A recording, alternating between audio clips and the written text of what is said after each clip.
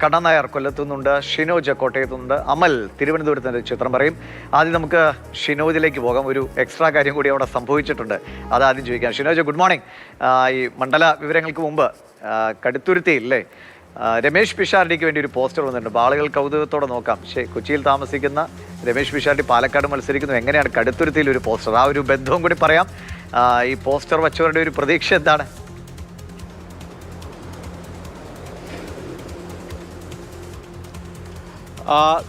രമേശ് പിഷാരടി ജനിച്ചത് പാലക്കാടാണെങ്കിലും അതിനുശേഷമുള്ള കുട്ടിക്കാലവും സ്കൂൾ വിദ്യാഭ്യാസവും കോളേജ് വിദ്യാഭ്യാസവും ഒക്കെ തന്നെ കടുത്തുരുത്തിയിലായിരുന്നു. കടുത്തുരുത്തി മുളക്കുളത്താണ് രമേശ് പിഷാരടിക്ക് അവിടെ ഒരു വീടൊക്കെ ഉണ്ട്. എറണാകുളത്ത് താമസിക്കുമ്പോൾ പോലും പലതവണ ആഴ്ചയിൽ ഒരു തവണയെങ്കിലും രമേശ് പിഷാരടി കടുത്തുരുത്തിയിൽ എത്താറുണ്ട്. നേരത്തെ തദ്ദേശ തെരഞ്ഞെടുപ്പിലൊക്കെ തന്നെ രമേശ് പിഷാരടി വോട്ട് ചെയ്തത് പോലും കടുത്തുരുത്തിയിലാണ്. അങ്ങനെ ഒരു ബന്ധം രമേശ് പിഷാരടിക്ക് കടുത്തുരുത്തിയുമായി ബന്ധമുണ്ട്. അങ്ങനെയാണ് നിലവിൽ ഇപ്പോൾ അവിടെ ഒരു പോസ്റ്റർ പ്രത്യക്ഷപ്പെട്ടിരിക്കുന്നത്. കടുത്തുരുത്തിയിൽ മുളക്കുളത്ത് കാരിക്കോടാണ് ഈ പോസ്റ്റർ വന്നിരിക്കുന്നത്. യൂത്ത് കോൺഗ്രസ് പ്രവർത്തകരാണ് ഇത്തരത്തിൽ ഫ്ലക്സ് അവിടെ വച്ചിരിക്കുന്നത്. അതിൽ പറയുന്നത് പാലക്കാടിൻ്റെ MLA രമേശ് പിഷാരടിയാണ്, അഭിവാദ്യങ്ങൾ എന്ന തലക്കെട്ടോടു കൂടിയാണ്. നാട്ടുകാരുടെ പേരിലാണ് നിലവിൽ ഇപ്പോൾ ഈ ഫ്ലക്സ് പ്രത്യക്ഷപ്പെട്ടിരിക്കുന്നത്. പക്ഷേ അതിൻ്റെ താഴെ തന്നെ ഒരു 2-3 വീഡിയോ കൂടി ഇപ്പോൾ പുറത്ത് വന്നിട്ടുണ്ട്. അത് വച്ചിരിക്കുന്നതൊക്കെ തന്നെ യൂത്ത് കോൺഗ്രസ് പ്രവർത്തകരൊക്കെയാണ്. എന്തായാലും കടുത്ത മത്സരം പാലക്കാട് നേരിട്ടുണ്ടായിരുന്നു രമേശ് പിഷാരടി. അവിടെ വലിയ മത്സരം ആദ്യഘട്ടത്തിൽ ഒരു LDF BJP എന്ന രീതിയിലാണ് മത്സരം പോയതെങ്കിൽ അവസാന ഘട്ടത്തിൽ പ്രചാരണത്തിൽ LDF സ്ഥാനാർത്ഥി NMR റസാഖ് കൂടി എത്തിയതോടുകൂടി ഒരു ത്രികോണ പോരാട്ടം പാലക്കാട് ഉണ്ടായിരുന്നു. പക്ഷേ ഈ പുറത്തു വന്ന എക്സിറ്റ് പോളുകളൊക്കെ തന്നെ UDF സ്ഥാനാർത്ഥി രമേശ് പിഷാരടിക്ക് അനുകൂലമായിട്ടുള്ള പിഷാരടിയുടെ വിജയം പ്രവചിക്കുന്ന എക്സിറ്റ് പോളുകളൊക്കെയാണ് പുറത്തു വന്നിരിക്കുന്നത്. ആ ഒരു ഘട്ടത്തിലാണ് നിലവിൽ ഇപ്പോൾ കടുത്തുരുത്തിയിൽ രമേശ് പിഷാരടി MLA എങ്ങനെയാണ് കോട്ടയത്ത് UDF വലിയ ഒരു ആധിപത്യം സൃഷ്ടിക്കും എന്ന ഉറച്ച വിശ്വാസത്തിൽ നിൽക്കുന്നതാണ്. പക്ഷേ തങ്ങളുടെ സ്ഥലങ്ങൾ അങ്ങനെയൊന്നും പോകില്ല എന്ന് LDF ക്യാമ്പിൽ ഒരു ചെറിയ ആത്മവിശ്വാസമൊക്കെ ഉണ്ട്. എങ്ങനെയാണ് കോട്ടയം ജില്ല പൊതുവെ?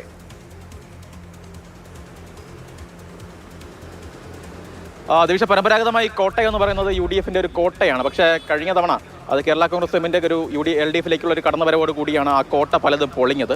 നിലവിലെ 9 സീറ്റിൽ അതിൽ 5 സീറ്റ് LDFും 4 സീറ്റാണ് UDF ഉള്ളത്. പക്ഷേ ഇത്തവണ LDFിൻ്റെ ഒരു പ്രതീക്ഷ എന്ന് പറയുന്നത് നിലവിലുള്ള 5 സീറ്റ് അവർ നിലനിർത്തും, ഒപ്പം പാലാ കൂടി പിടിച്ചെടുക്കും. അങ്ങനെ 6 സീറ്റ് തങ്ങൾക്ക് ലഭിക്കുമെന്നൊരു പ്രതീക്ഷയാണ്, വിലയിരുത്തലാണ് CPM ഒക്കെ തന്നെ വച്ച് പുലർത്തുന്നത്. പാലായിൽ പല ഘടകങ്ങൾ ജോസ് കെ മാണിക്ക് അനുകൂലമായി വർക്കായിട്ടുണ്ട് എന്നവർ വിലയിരുത്തുന്നു. പ്രത്യേകിച്ച് മണ്ഡലത്തിൽ വികസനമില്ല എന്ന തരത്തിൽ പ്രചാരണം അത് വലിയ രീതിയിലുണ്ടായിരുന്നു. അതോടൊപ്പം തന്നെ ഈ മാണി സി കാപ്പൻ UDF സ്ഥാനാർത്ഥി പ്രചാരണത്തിൽ വലിയ രീതിയിൽ പിന്നിൽ പോയി എന്നൊരു വിലയിരുത്തലും LDF കേന്ദ്രങ്ങളൊക്കെ തന്നെ വച്ച് പുലർത്തുന്നുണ്ട്. ഒപ്പം BJP സ്ഥാനാർത്ഥി ഷോൺ ജോർജ് കൂടി എത്തിയതോടുകൂടി കഴിഞ്ഞ തവണയൊക്കെ തന്നെ UDFന് അനുകൂലമായി പോൾ ചെയ്യപ്പെട്ട സർക്കാർ വിരുദ്ധ വോട്ടുകളും ഒപ്പം മാണി വിരുദ്ധ വോട്ടുകളും, പാലയിലെ പ്രധാനപ്പെട്ട ഒരു മത്സരം എന്ന് പറയുന്നത് ജോസ് കെ മാണി വിരുദ്ധരും ജോസ് കെ മാണി അനുകൂലികളും, അത് കെ മാണി ഉള്ള സമയത്തായാലും പോലും KM മാണി അനുകൂലികളും KM മാണി വിരുദ്ധരും തമ്മിലൊരു പോരാട്ടം കൂടിയായിരുന്നു. അങ്ങനെ അത്തരത്തിലൊരു മാണി വിരുദ്ധ വോട്ടുകൾ ഇത്തവണ സ്പ്ലിറ്റായി പോകും. അങ്ങനെ പാർട്ടി വോട്ടുകൾ സമാഹരിച്ചാൽ പോലും ജോസ് കെ മാണിക്ക് അവിടെ വിജയിച്ച് കയറാമെന്നൊരു പ്രതീക്ഷയാണ് നിലവിൽ ഇപ്പോൾ പാലായി സംബന്ധിച്ച് LDF വച്ച് പുലർത്തുന്നത്.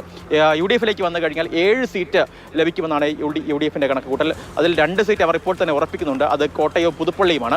അതിനൊപ്പം തന്നെ കടുത്തുരുത്തി, ചങ്ങനാശ്ശേരി, പൂഞ്ഞാറ്, ഏറ്റുമാനൂർ ഈ 4 സീറ്റുകൾ കൂടി കിട്ടും എന്നൊരു പ്രതീക്ഷയാണ് നിലവിൽ ഇപ്പോൾ UDF കേന്ദ്രങ്ങളൊക്കെ തന്നെ വച്ച് പുലർത്തുന്നത്. ഏറ്റുമാനൂർ ഒരു കടുത്ത മത്സരം മന്ത്രി VN വാസവൻ നേരിട്ടുണ്ടായിരുന്നു. പ്രത്യേകിച്ച് ശബരിമല സ്വർണ്ണക്കള്ളയുമായി ബന്ധപ്പെട്ട് ഏറ്റവും കൂടുതൽ വിമർശനം UDF ഉന്നയിച്ചത് ഏറ്റുമാനൂർ മണ്ഡലത്തിലാണ്. അങ്ങനെ വാസവനെതിരെ ഒരു കടുത്ത പോരാട്ടം ഏറ്റുമാനൂരിൽ ഉണ്ടായിരുന്നു. അങ്ങനെ പല ഘടകങ്ങൾ വർക്കായിട്ടുണ്ട്. അത്തരത്തിൽ ഒരു 7 സീറ്റിലേക്ക് എത്തും എന്നൊരു വിലയിരുത്തലാണ് നിലവിൽ ഇപ്പോൾ UDF കേന്ദ്രങ്ങളൊക്കെ തന്നെ വച്ച് പുലർത്തുന്നത്.